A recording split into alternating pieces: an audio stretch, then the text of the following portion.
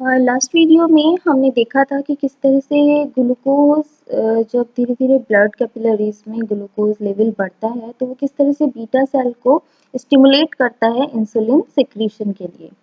इस वीडियो में हम देखेंगे कि किस तरह से जीआई ट्रैक्ट यानी कि गैस्ट्रोइंटेस्टाइनल ट्रैक्ट से इंक्रेटिन्स रिलीज होते हैं। इंक्रेटिन्स मतलब जीआई ट्रैक्ट हार्मोन्स, उनको हम इंक्रेटिन्स बोलते हैं कि इस तरह से इंक्रेटिन्स के रिलीज पर बीटा सेल रिएक्ट करते हैं, उनसे इंसुलिन किस तरह से रिलीज होता है बीटा सेल्स के द्वारा।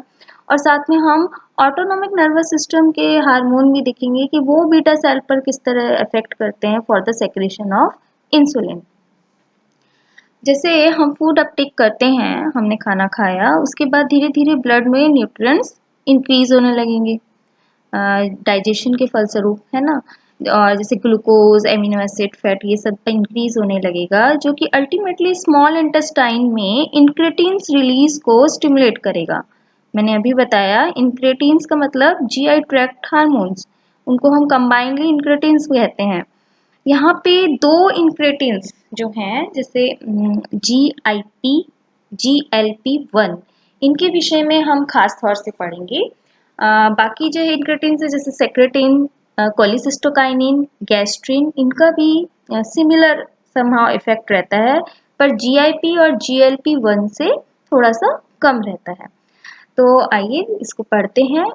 जीआई ट्रैक्ट में के सेल से जब nutrition after the digestion GI tract में आते हैं तो स्मॉल इंटेस्टाइन से कि के सेल से जीआईपी रिलीज होता है। जीआईपी का मतलब गैस्ट्रिक इनहिबिटरी पेप्टाइड या ग्लूकोज डिपेंडेंट इंसुलिनोट्रोपिक पेप्टाइड, दोनों को ही मैं डिफाइन कर रही हूँ। सबसे पहले मैंने बोला गैस्ट्रिक इनहिबिटरी पेप्टाइड। देखिए पहले इसका फंक्शन देखते हैं। जीआईपी जब वाया द रिसेप्टर, मैंने डायग्राम में जहां भी आर लिखा हुआ है दोज आर रिसेप्टर्स, वो रिसेप्टर्स हैं। तो यहाँ पे जीआईपी रिसेप्टर के थ्रू जीआईपी एंटर करता है within the beta cell और यहाँ पे ये जी स्टिमुलेटरी प्रोटीन से कपल्ड करेगा। ठीक है, जैसे कि आप जानते हैं जब जी स्टिमुलेटरी प्रोटीन से कपल्ड करते हैं ये peptide hormone, then they stimulate the एडिनाइलिल साइक्लेज। ये एडिनाइलिल साइक्लेज को स्टिमुलेट कर देगा जिसके फलस्वरूप सेल में एटीपी से साइक्लिक ईएमपी बनना स्टार्ट हो जाएगा, यानी कि इंट्रासेलुलर साइक्लिक ईएमपी बढ़ने लगेगा जिसके फलस्वरूप बीटा सेल से इंसुलिन का सेक्रेशन होने लगेगा। ठीक है, अब आते हैं इसके नाम पर। जीआईपी का मतलब गैस्ट्रिक इनहिबिटरी पेप्टाइड। देखिए इनिशियली तो ये ट्रिगर कर देता है कि बीटा सेल से इंसुलिन सेक्रेशन हो, पर साथ में क्योंकि डाइजेशन से बहुत ज्यादा मात्रा में न्यूट्रिएंट्स सेल ब्लड कैपिलरीज में आ रहे हैं, तो ये साथ ही साथ क्या करता है कि इस प्रोसीजर को, गैस्ट्रिक ट्रैक्ट के प्रोसीजर को स्लो करता है जिससे कि एकदम बल्क में जो है न्यूट्रिएंट्स बीटा सेल को या दूसरे सेल्स को अफेक्ट ना करें। तो ये जीआईपी है, that's why gastric inhibitory peptide. इसका दूसरा नाम है ग्लूकोज डिपेंडेंट इंसुलिनोट्रोपिक पेप्टाइड, यानी कि इसको डिकोड करते हैं ग्लूकोज डिपेंडेंट, यानी कि ग्लूकोज जब सिक्रीशन हो रहा है, सॉरी ग्लूकोज का जब यहाँ पे ब्लड कैपिलरीज में ग्लूकोज की मात्रा जब बढ़ रही है तो उस ग्लूकोज की मात्रा की वजह से दिस इज अ इंसुलिनोट्रोपिक पेप्टाइड, यानी कि इंसुलिन को रिलीज करने वाला पेप्टाइड है। तो इस तरह से इसके दोनों नाम हैं। नेक्स्ट है एल सेल से, स्मॉल इंटेस्टाइन की एल सेल से GLP-1 रिलीज होता है। This is a glucagon like peptide 1। इसको आप ग्लूकागॉन से कंफ्यूज नहीं कीजिएगा, ये स्मॉल इंटेस्टाइन से रिलीज होता है। ठीक है, इसका फंक्शन भी सेम रहेगा। ये अगेन जी स्टिमुलेटरी प्रोटीन से कपल्ड करेगा, फिर एडिनल साइक्लेज को स्टिमुलेट करेगा and then again beta cell में साइक्लिक एएमपी के मात्रा बढ़ने से इंसुलिन का सेक्रेशन होगा। नेक्स्ट आते हैं ग्लूकागॉन फ्रॉम अल्फा सेल्स। जैसा कि हमने आइसलेट ऑफ लैगरहंस में पढ़ा था कि अल्फा सेल जो है वो ग्लूकागॉन हार्मोन रिलीज करते हैं। तो यहाँ पे ग्लूकागॉन के लिए ट्रांसपोर्टर है GLUT4, जैसे कि ग्लूकोज के लिए GLUT2 ट्रांसपोर्टर था, या ग्लूकागॉन के लिए GLUT4 ट्रांसपोर्टर है। ये 7 पास ट्रांसपोर्टर होता है।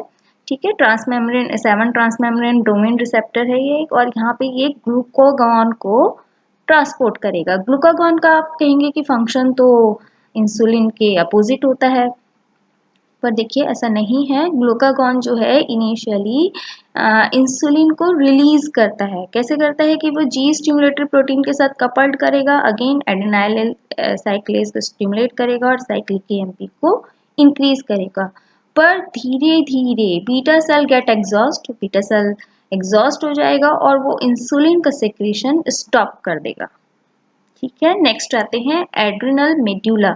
एड्रिनल मेड्यूला आप जानते हैं, किडनी के ऊपर जो ग्रंथि होती है उसको हम एड्रिनल मेड्यूला और एड्रिनल कॉर्टेक्स दो पार्ट में डिवाइड करते हैं एड्रिनल ग्लैंड को। तो यहाँ पे एड्रिनल मेड्यूला के जो पार्ट है उसका, उससे एपिनेफ्रिन रिलीज होगा जो बीटा एड्रिनर्जिक रिसेप्टर्स द्वारा एंटर करेगा बीटा सेल्स में, और ये भी क्या करेगा, अगेन जी स्टिमुलेटरी प्रोटीन के साथ कपल्ड करके अगेन दिस रिएक्शन को कंडक्ट करेगा, जिससे कि इंट्रासेलुलर साइक्लिक ईएमपी बढ़ेंगे और इंसुलिन सेक्रेशन हो जाएगा बीटा सेल से।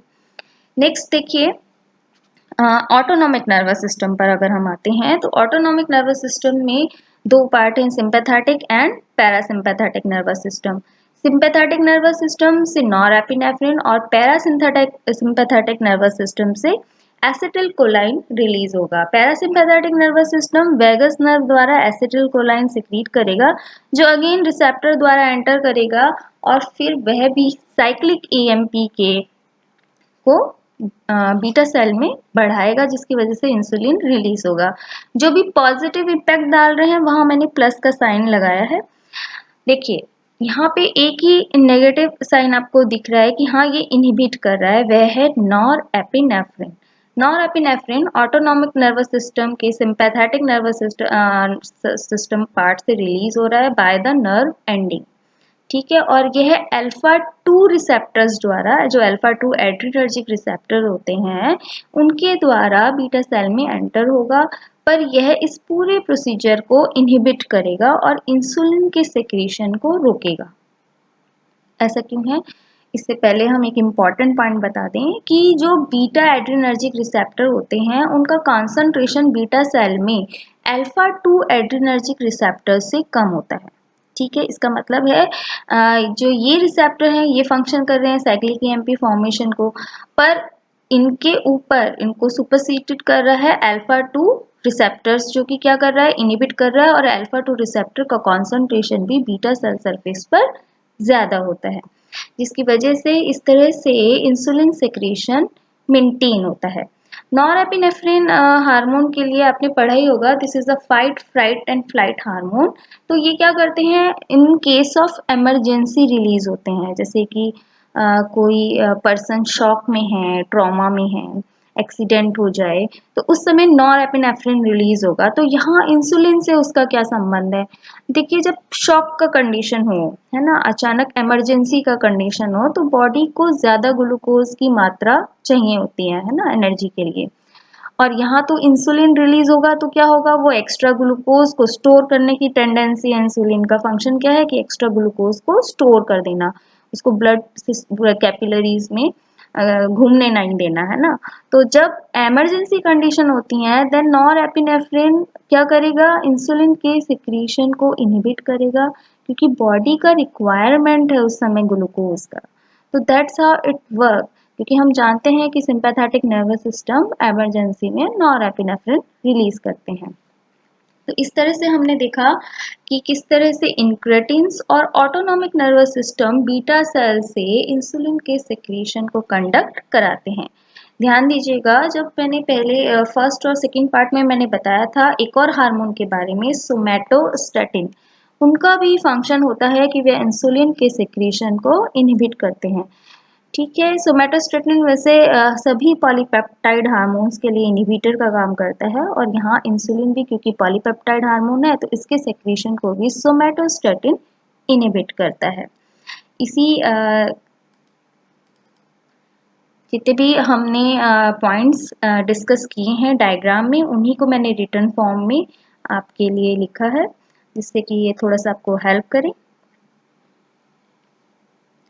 Thank you.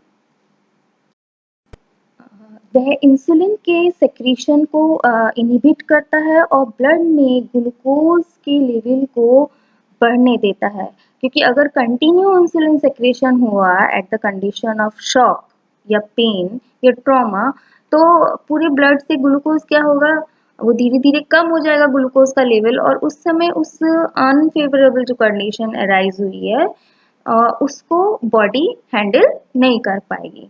तो यहाँ पे आपने देखा कि किस तरह से इंक्रेटिन्स, ठीक है, वह एक पॉजिटिव इफेक्ट दिखाते हैं बीटा सेल्स के ऊपर फंक्शन करके for the release of insulin.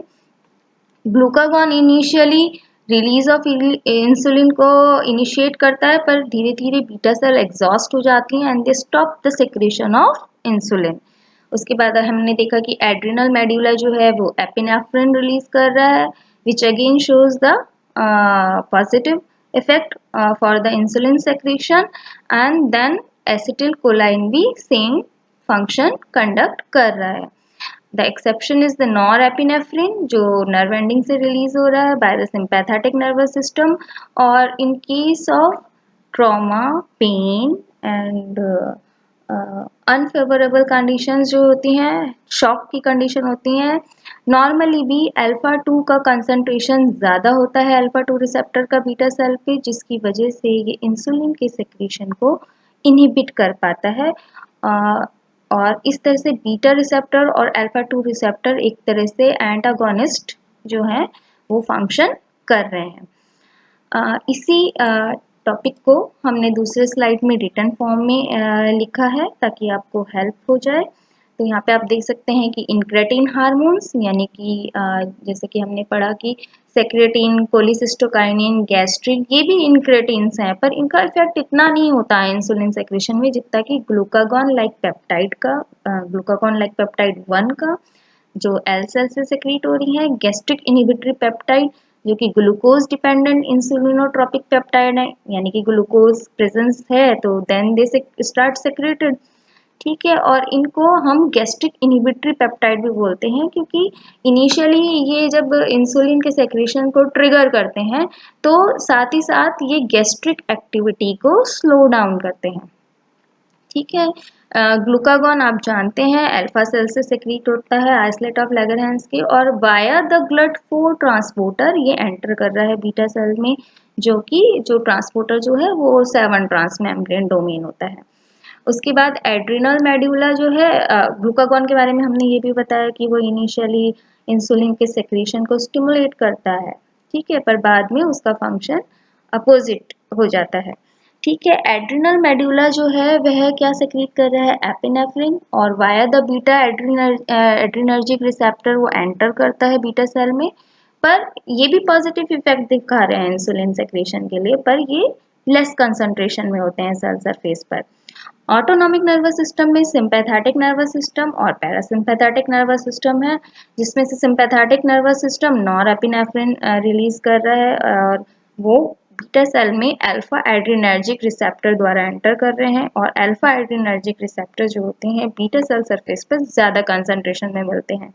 इस तरह से ये इंसुलिन सेक्रेशन को मेंटेन करते हैं, और ये जो है साइक्लिक जो नॉरएपिनेफ्रिन है वो साइक्लिक एएमपी को उसका फॉर्मेशन होने को इनहिबिट करता है, ठीक है। और पैरासिम्पैथेटिक नर्वस सिस्टम जो है वह रिलीज कर रहा है एसिटिलकोलिन वाया द जो वेगस नर्व है, ठीक है, और ये एड्रिनर्जिक रिसेप्टर्स द्वारा बीटा सेल में एंटर करता है, एंड अगेन यह जो एसिटिलकोलाइन है वो भी बीटा सेल को स्टिमुलेट करेगा साइक्लिक एएमपी सिंथेसिस करने के लिए, जिससे कि अल्टीमेटली इंसुलिन बीटा सेल से रिलीज हो जाएगा।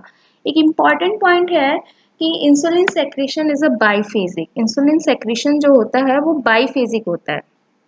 बाईफेजिक का मतलब क्या है कि 2 फेज में उसका सेक्रेशन हो रहा है। वैसे भी नॉर्मली भी हम जब हार्मोन स्टडी करते हैं तो वो पल्सेस में रिलीज होते हैं, मतलब फर्स्ट पल्स आने के 3 to 6 मिनट बाद ही दूसरा उनका सेक्रेशन वो दूसरा पल्स सेक्रेट करते हैं, तो उसको हम कहते हैं कि पल्स में सेक्रेट होते हैं हार्मोन। तो इंसुलिन सेक्रेशन बाईफेजिक क्यों है कि देखिए नॉर्मली बीटा सेल में ऑलरेडी इंसुलिन एक्यूमुलेट होगा पहले से बना हुआ, है ना, तो जैसे ही ग्लूकोज ब्लड में होगा या न्यूट्रिएंट्स ब्लड में आएंगे, तो सबसे पहला जो उसका सेक्रीशन बीटा सेल एकदम फर्स्ट जैसे सेक्रीशन अगर कर रहा है after the nutrition in the blood, जब वो आए न्यूट्रिशन तो वो स्टोर इंसुलिन को सेक्रीट कर देता है। इसलिए हम देख रहे हैं कि 5 मिलीमोल पर लीटर में पीक दिख रहा है, हमें फर्स्ट फेज दिख रहा है। पर जैसे जैसे ग्लूकोज कॉन्सेंट्रेशन बढ़ रहा है भाई, धीरे धीरे न्यूट्रिशन ब्लड में पाचन के द्वारा आते जाएंगे, 9 मिलीमोल पर लीटर पे हमें उस तरह का पीक नहीं दिख रहा है। इसका मतलब क्या हुआ कि फर्स्ट फेज में उसने स्टोर इंसुलिन सेक्रीट कर दिया, पर अब बीटा सेल में इंसुलिन बनने की प्रक्रिया को थोड़ा टाइम लगेगा, एंड देन सेकेंड फेज तक आते आते it attend the plateau. Plateau मतलब एक ज्यादा हमें फर्क नहीं दिख रहा है, इसलिए हम कह रहे हैं कि इंसुलिन सेक्रीशन जो है वो बाइफेजिक होता है। तो आई थिंक आज का टॉपिक आपको अच्छे से समझ आया होगा। कोई प्रॉब्लम हो तो आप कमेंट कर सकते हैं। Thank you.